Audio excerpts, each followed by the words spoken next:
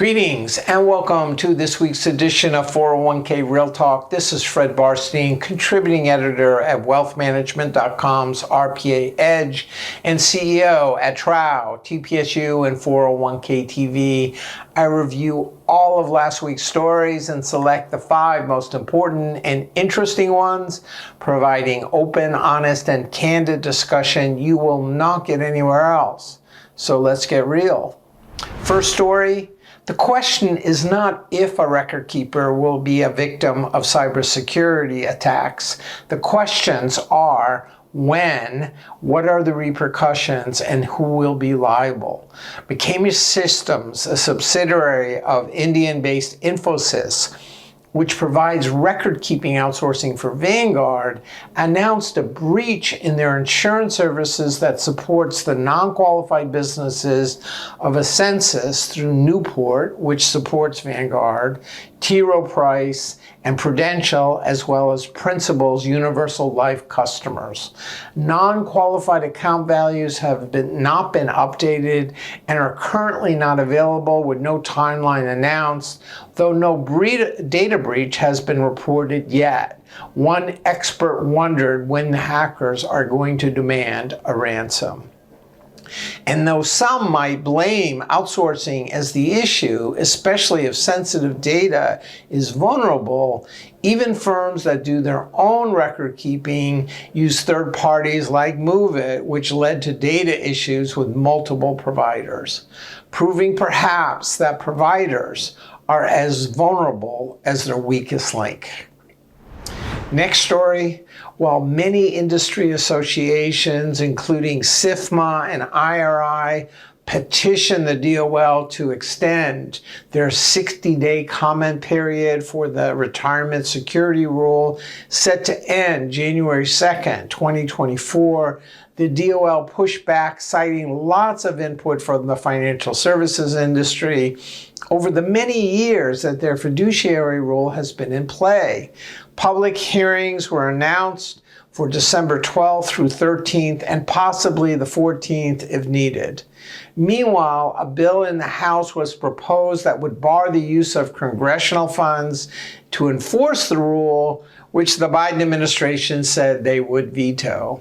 Look for a concerted effort to thwart the rule through lawsuits, which could push its application date beyond 1/1/25. It is the rule that never dies, yet never seems to get implemented. Next story, InvestNet, which boasts over 110,000 advisors on their wealth platforms, is making a big play to serve the expected boom in the small and startup 401k market in partnership with Empower and 4 target date providers and what is called InvestNet Retirement Complete. 338 services and investment due diligence will be delivered by InvestNet, while Empower will provide record keeping, custom communications, and advice.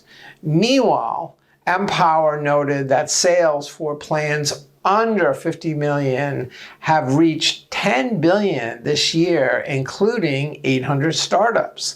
They now manage $1.4 trillion with 18.3 million participants and $21 billion in their dynamic QDIA, which moves participants from target dates to managed accounts as they near retirement age.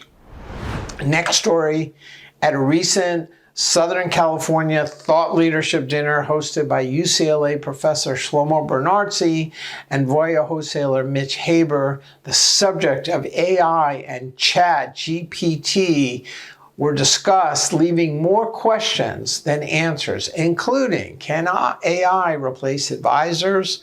Does AI have superpowers? At what stage is AI now?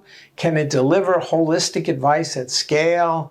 How hard is it to build an application? What is the difference between AI and Chat GPT? What role does data play? And why are regulators so scared? Like Fidelity's Dave Gray said about crypto, love it, hate it, learn it.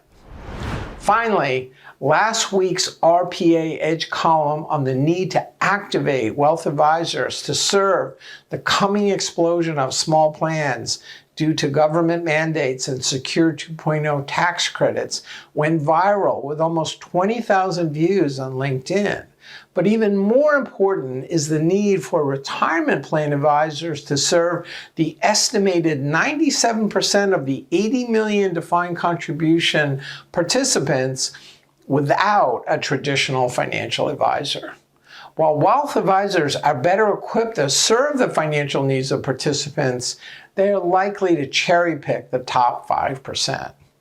Read my column about what it will take for RPAs to cultivate wealth management services and deliver advice at scale to the ignored DC participants.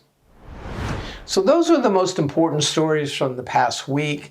I listed a few others I thought were worth reading, covering 7 reasons why RIAs should offer 401k plan services, DC participation and contributions slip in 2020, the hearing on the DOL's retirement security rule scheduled for 12/12 through 14, DOL's lost and found database gets a boost, and Empower small plan sales topping 10 billion. Please let me know if I missed anything or if you have any comments. Otherwise, I look forward to speaking with you next week on 401k Real Talk.